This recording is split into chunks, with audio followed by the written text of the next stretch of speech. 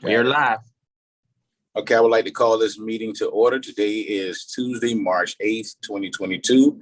It is now 1:03 p.m. and this is the Service Delivery Operational Committee. I call this meeting to order. Our first thing on our agenda is the proposed board agenda consent item by committee. And as one item there is the COVID-19 emergency measures extension. Is that something for you, Mr. Dumas? Yes, sir. Good afternoon, Director Leggett, and to Director Odell and Director Lockett. We have put in place an extension of the COVID emergency measure extension.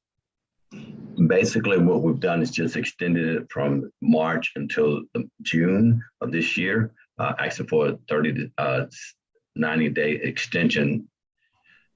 One, to go along with our service change that we're proposing doing a reduction, but also that we'll continue to follow the TSA and CDC guidelines for mask mandate on public transportation. And that extension, that time is March 18th, 2022, just before our regular board meeting. So we will update that once we have an update from TSA, CDC guidelines. We will continue to follow those. So that's why we put the measure in place to extend it beyond the month of March. Do you have any questions on the consent agenda item for the extension for COVID measures, emergency measures? Do you have any questions on that? Any? So we're gonna until March, and then after that, you feel that it's we just find out from the CDC what their recommendations are, and then we'll probably stagger out from there. That's correct. As far as the mask mandate, we've also extended for COVID measures to, if we have to modify our service because of the ongoing shortage with employees, and if we have another impact that may cause us to reevaluate our service. On either end, we're going to aggressively continue to seek employment, and Ms. DeMassimo will talk about that a little further. But if we increase and suddenly get the influx of employees, then we'll look at increasing our level of service sooner than later as well. How long outside to go accordingly? Right. How long outside of St. Patrick's Day do you think we should wait before we start seeing some numbers come in? Favorable, or we have to go back into a form?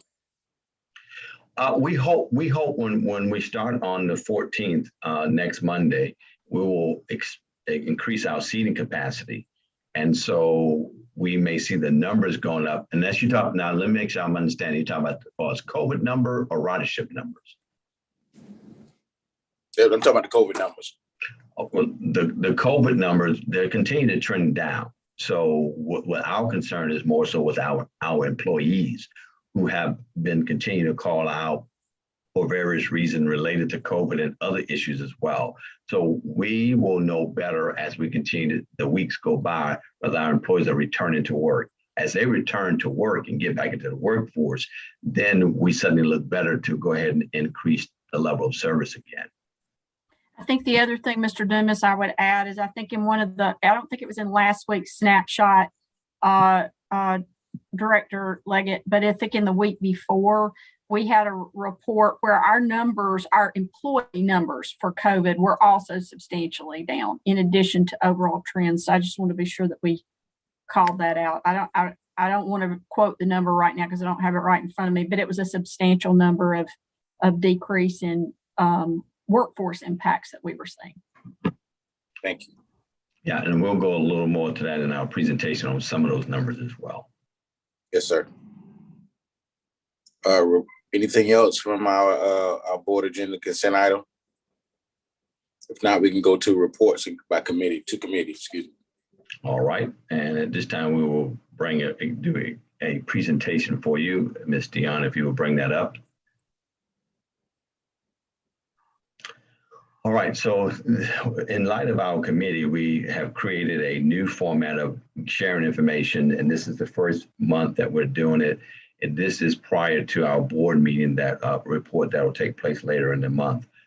So we'll give some updates on on the areas of safety training, fixed route, paratransit, and marine ferry services. Kind of give you some numbers and see what we're doing. Next slide, please. So with our safety training and operation, and this is for the month of February, so we're reporting what took place on last month. There were accidents for fixed route. We indicated we had one accident, which was a result of hard braking. We had none in paratransit, none in marine service, and none in the maintenance department. Our fixed route, we had 3 non-preventable accidents, 5 non-preventable, should I say. 3 of them were side swipes, one was rear end, and the other one was a fall while on board, meaning the bus was not in motion and the passenger fell. Safety action plans for this is to continue retraining. The monthly status of safety blitz for the month of February is checked for suspicious packages left on bus. Our safety awareness campaign was safety in the maintenance department, focus on safety in the maintenance department.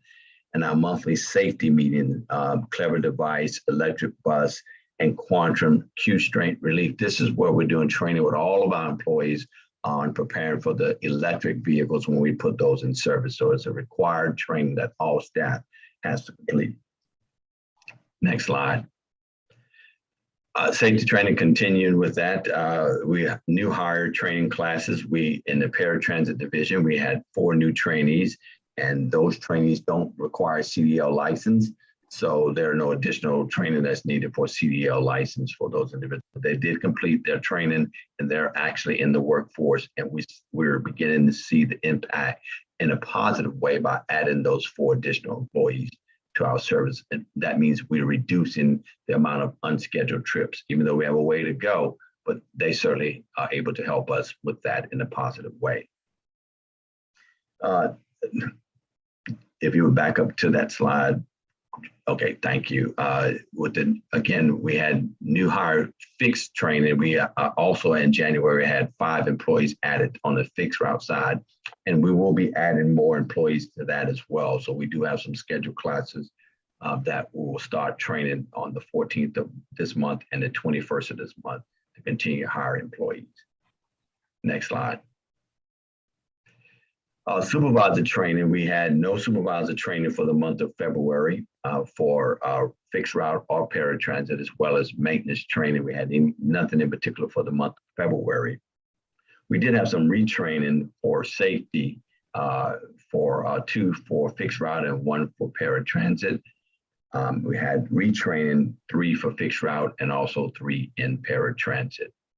Next slide. Our fixed route operation on-time performance, it's almost the same, slightly down, but about the same. And again, this has had to do with the demand that we're not able to meet, but we hope to improve this starting next week in the month of March 14th, where we're able to do better with our on-time performance. We had no time checks this time. This is still fairly new to our departments, and so they're going to, hopefully we'll have this on-time performance time check to report to you next month. The same for the on-time, both leaving early or leaving on time. Our ridership, fixed route ridership is up compared to last month, which is a good thing. The demands are there. The weather's changing, more people are using the system, and so we're trying to meet that demand. We had missed trips for fixed route. We had 1,116 missed trips are not run. And this again had to do with the fact that we were not able to put the service level out that we were advertising because of the shortage. And so we had some missed trips with that as well. The onboard evaluation, trail checks. This is when our supervisors are monitoring the operators and just following them to see how they're performing on the bus, behind the wheel, not on the bus with them, but following them in the vehicle to make sure they're using turn signals. Notice how they stop and pulling to the curb, pulling away from the curb, allowing passengers to board before the bus is in motion. Next slide, please. On-time performance for paratransit. We see here that our on-time performance, it's about the same, slightly down, but not considering the demand. They're still doing fairly good with trying to get customers where they need to go, in spite of all the demands and trips that sometimes we're not able to accommodate. The ridership is slightly down compared to last month. And again, we have missed trips there because of scheduling. So just to talk about missed trips, as you see, there's missed trips are caused by us, the agency, by not providing the trips to the rider. And this is contributed to not having enough staff to be able to make all the trips that are required. So we take in all calls and requests. We don't tell anyone we can't take it, but we do let them know that because of our shortage, that there may be delays, or there may be times that we may call them back to ask if they can reschedule the trip based on our work condition, our manpower. Next slide. Onboard evaluation for operator coaching, we did 1, and for supervisor training, we did 4 for paratransit. And again, our unscheduled trips definition, this is when the vehicles we hope to eliminate that as much as possible by allowing more passengers to be assigned to a vehicle. And the more passengers that are assigned, that means that that's less unscheduled trips that we have to deal with on a day-to-day basis. So by opening up the full seating capacity, we should be able to put more passengers on an assigned trip for that day. For the CRC, supplement paratransit service, we have the weeks of where we started out week 1 with 57 passengers. Week 2, we nearly doubled that to 101 and stayed that way on week 3. And then week 4, we had a slight drop because they too, being CRC, they're having some of the same issues that we have with drivers, recruiting drivers, and also dealing with those who are out because of COVID issues. So when they're assisting us, it's great, but when they're challenged, it also challenges us to meet the demand as well. Next slide. The ridership for our marine service operation, again, our marine service is doing extremely well in spite of the shortage of manpower, and a lot of that's to be attributed to Mr. John Allen, who steps in and he does whatever it takes to try to make sure that we meet this service. And he's there all the time, and kudos to him. Even when our ridership numbers are increasing, we still provide the current service level that we're advertising for ferry service. So that's real good news. As far as the condition of the vehicles, the vessels themselves, he's given a brief description. We don't have any major issues with any of those vessels. Even though we will be going through the process of the dock, well, with those, when I said the process of rehab, that's still in the process. But while we're waiting on that, John is working extremely hard to make sure that the vessels look good and are still in good running condition. Our dock inspections on the Trade Center landing is very good. The City Hall landing is good as well. And then the Waving Girl, he has that as poor because we have some issues there that we need to take care of for his repair, but he's keeping an eye on that dock as well. Mr. Dennis, I would add, if you'll go back on that report for just a moment, Sure. There's 2 things I want to add on this. One is Mr. Allen and I sat down and went through a planning session this past week of looking at what all of the needs are and what the existing grants are, what their lapse dates are, what their present scopes are. And we're making sure that we're fitting all of these pieces that we have to the actual needs that have been identified as well. And we're also trying to do, I think, a couple of things that are critically important. There is no doubt that one of the most critical needs that we have with regard to the ferries and the marine operations right now is a proper maintenance facility. If you've not been out there to see it, you should. It's just really, it's just insufficient. And so we're focusing on making sure that that maintenance facility grant opportunity that we have moves forward as promptly as possible, because that's really essential to the new ferries that we're seeking, that we either have grants for or seeking funding for, as well as the amount of rehab that we do on the existing vessels to enable them to fulfill as much of their useful life as possible. So, but that maintenance facility is absolutely critical. I agree. Thank you. Next slide. Again, maintenance update means between vehicles failure, it's 12,259, and for paratransit it's even higher, 50,660. So on the paratransit side, we're doing real well. The fixed route, sometimes some months are more challenging than others, but we're still above the average of what we indicated that we'll do between servicing those vehicles. Roll calls, again, you can see that we had 13 in the month of February, so that attributed to the number being slightly down, but that was an unusual month. But maintenance, again, has got those vehicles in and made the necessary repairs, so we expect that will be in a positive in the month of March. It's still positive now, but it's closer to that number than what we were. Normally, we're about 18,000 miles between. All right, and compliance and certifications, you know, the PMIs, meaning this is what the service that they do on those vehicles, that's 100%. So they're meeting the demands based on the schedules. So when those alert comes to service a vehicle, we're meeting each one of those alerts each month. The major repair is a rear axle assembly replacement, and that's on one of the fixed route vehicles. That's being taken care of. And again, we mentioned that there's no particular training going on right now for the maintenance department itself as a whole. Next slide. Human capital. So this is where we get in. I won't go through all the details, but it tells you, kind of gives you a snapshot of where we are, where we should be. For the fixed route, we currently have 93 operators. We're vacancy, we're short 22 drivers there. We have 3 part-timers, and we can hire 3 additional part-timers. So again, those numbers, we have to continue to go out and recruit in order to get those numbers to where we need to be.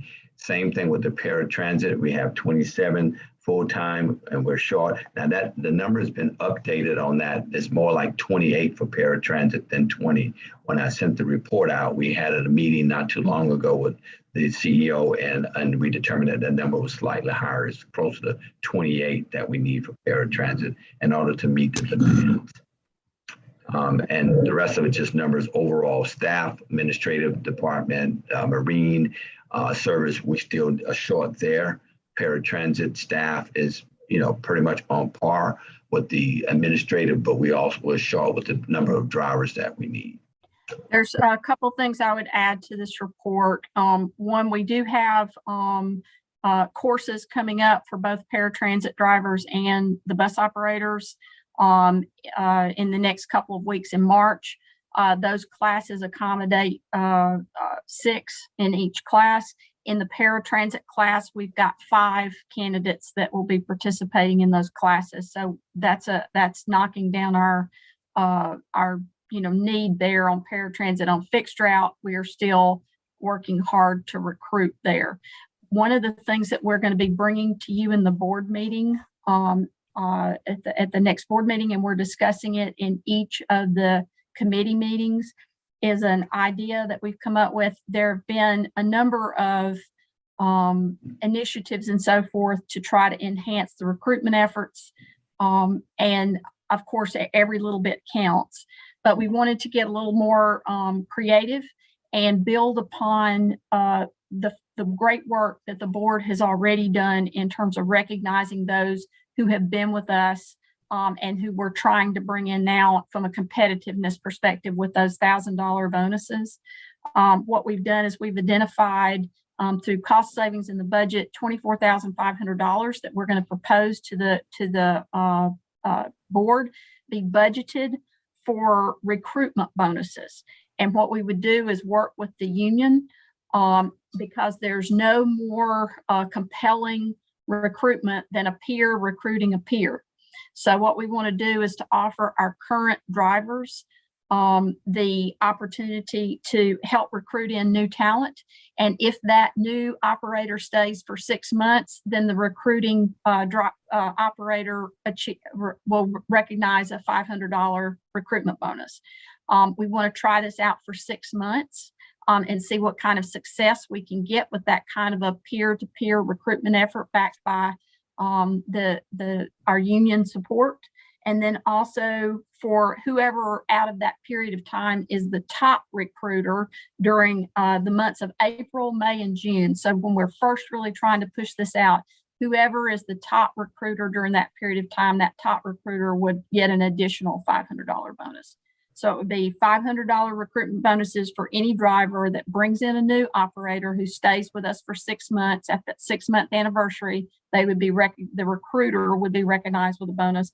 But then to sort of put some excitement behind it at the front end for the first months, April, May, and June, we would suggest that the top recruiter be recognized with a $500, sort of on the spot bonus. So we believe that that's another way and another creative way to really bring in folks who could be great operators for us, great drivers for us, and they would be recruited directly by their peers who can tell them what a great place we are. So that'll be a suggestion we'll be bringing forward to you at the upcoming board meeting, and appreciate the opportunity to share it with you now in committees. Thank you again, Ms. DeMassimo, for bringing that up as well. I think that concludes our presentation for this time. If you have any questions, I'll be glad to entertain them.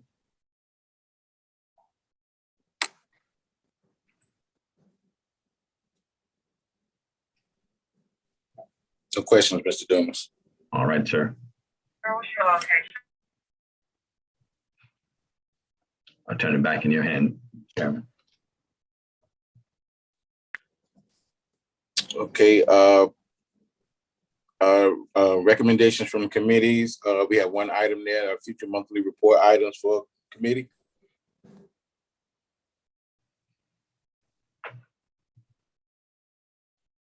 And I believe that Ms. Fay already covered that, the special incentive for the CEO recommendation. So she already covered that. Thank you. Old new business, special incentive CEO recommendation, excuse me. That was what I just discussed, Director Leggett. He's moving right along, aren't we? I'm sorry,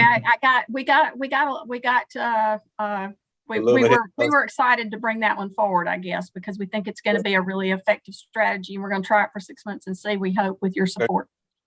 So that's just something that we just continue to bring back to the different boards as an update as it moves forward. We will bring it forward to the full board for approval, and then implement starting in April, and then we'll bring a monthly report back to the board, our regular board meeting report as to the effectiveness of the strategy. Sounds good. Item number 6, other committee business. And this is just indicated in each of our report that you'll get additional information in your financial report later on today. Okay. But there isn't anything else, tongue-tied today, I apologize. There isn't anything else today. I want to adjourn this meeting. I hope everyone have a blessed day. Please continue to be safe. And that's all. Look forward to pushing this agency forward. But I make sure that you look out for yourselves and your families. And I pray that everything that you do is prosperous. I'll see you later. All right. Thank you, sir. Thank Thank you you all. Thank you. Bye. Bye now.